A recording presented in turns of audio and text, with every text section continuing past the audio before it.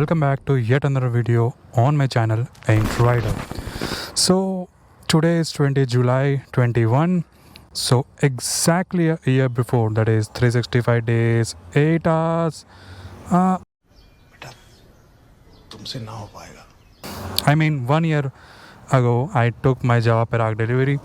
So this was the first Java Perak in Delhi NCR, and I mean one of the first Perak. So a big thanks to Mr. Ashish. So Mr. Ashish is the owner of Shri Shri Ji Java Noida showroom. So it was a great experience. So that was a short story. In today's video, I am going to give you a short customer experience on both Java as a company and Java Perak as a bike which I own. So first thing first, Java Perak. So it is one of the most striking and the most beautiful looking bike, and it has created a history in India. People stand and ask, what is this bike? Is this custom built? You have made this or what? They don't believe that it is made from a company and is sold as it is.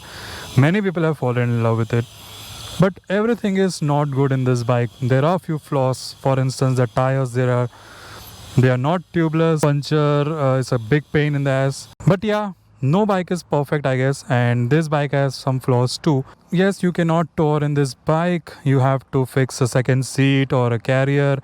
But yeah, Bobos are never meant to be a touring machine. So this is a fun bike and a fun bike to ride with a single seat. But there are many people who have done the modification and went to Leh Ladakh, and I myself went to Lansdowne for a 2-day trip on a mountain with the luggage carrier, and there is no problem. The only issue is the luggage, but other than that, engine is super performing, and there will be no instance that you will feel that the bike is not able to perform or is struggling.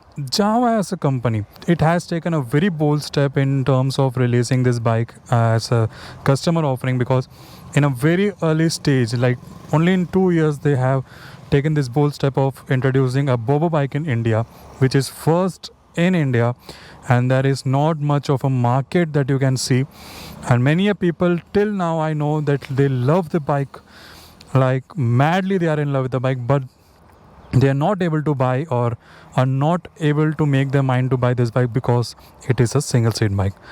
So I believe that is true, and also many Indian journalists and automobile journalists have termed this bike as a secondary bike or a bike for enthusiasts. So I guess they are partially right, but partially I feel that this bike is being overjudged. Like a lot of pressure is put on this bike, because these days compared with the bikes which are not even bobber, and we are expecting it should perform or be practical as a bike which is not a bobber.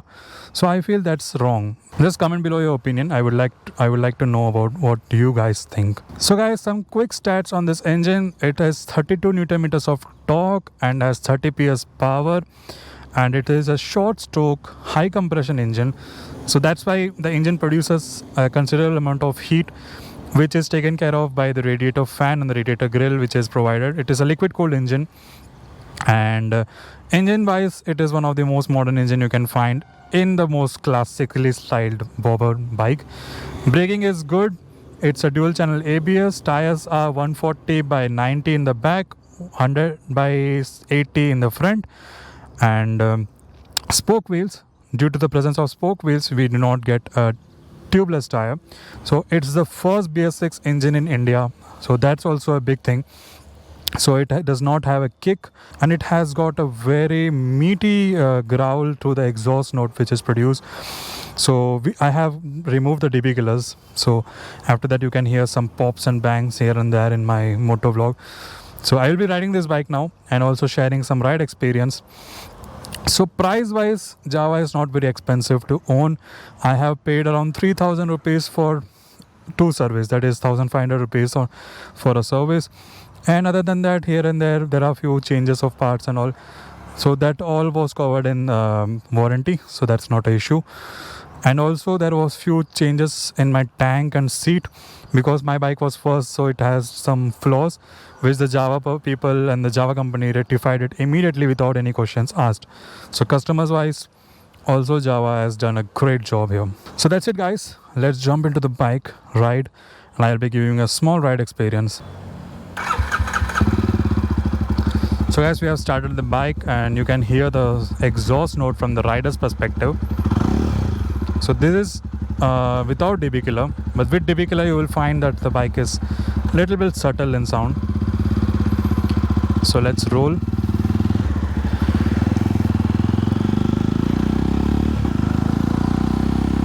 So the first thing first, because the engine power and torque figures are very much closer to each other, you can feel that bike is never stressed out.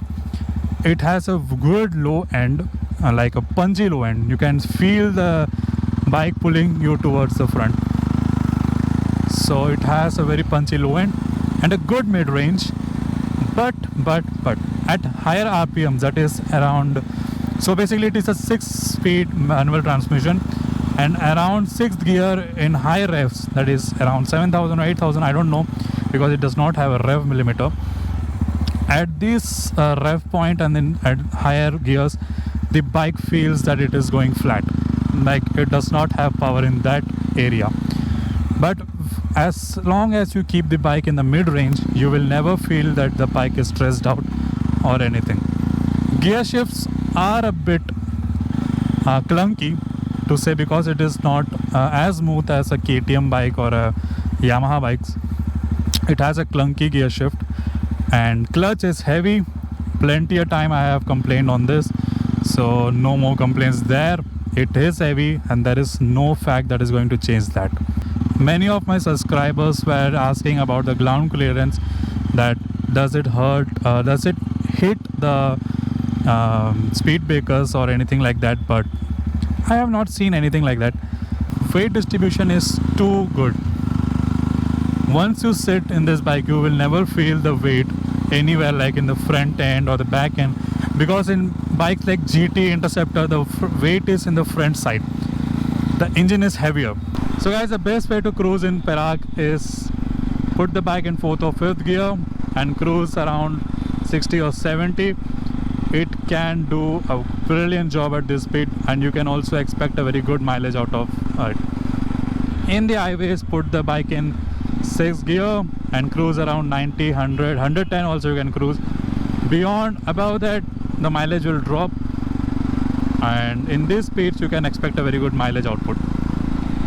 But to be honest, mileage is bit on lower end, so I get anywhere between 26 to 27 in Perak. And I am a heavy rider, like I rev hard and ride the bike, that's why I'm getting around 26, 27.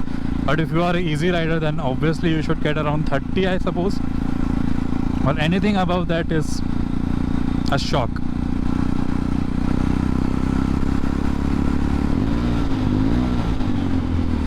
So yeah, you can hear that sound. It has got a good big bike feel.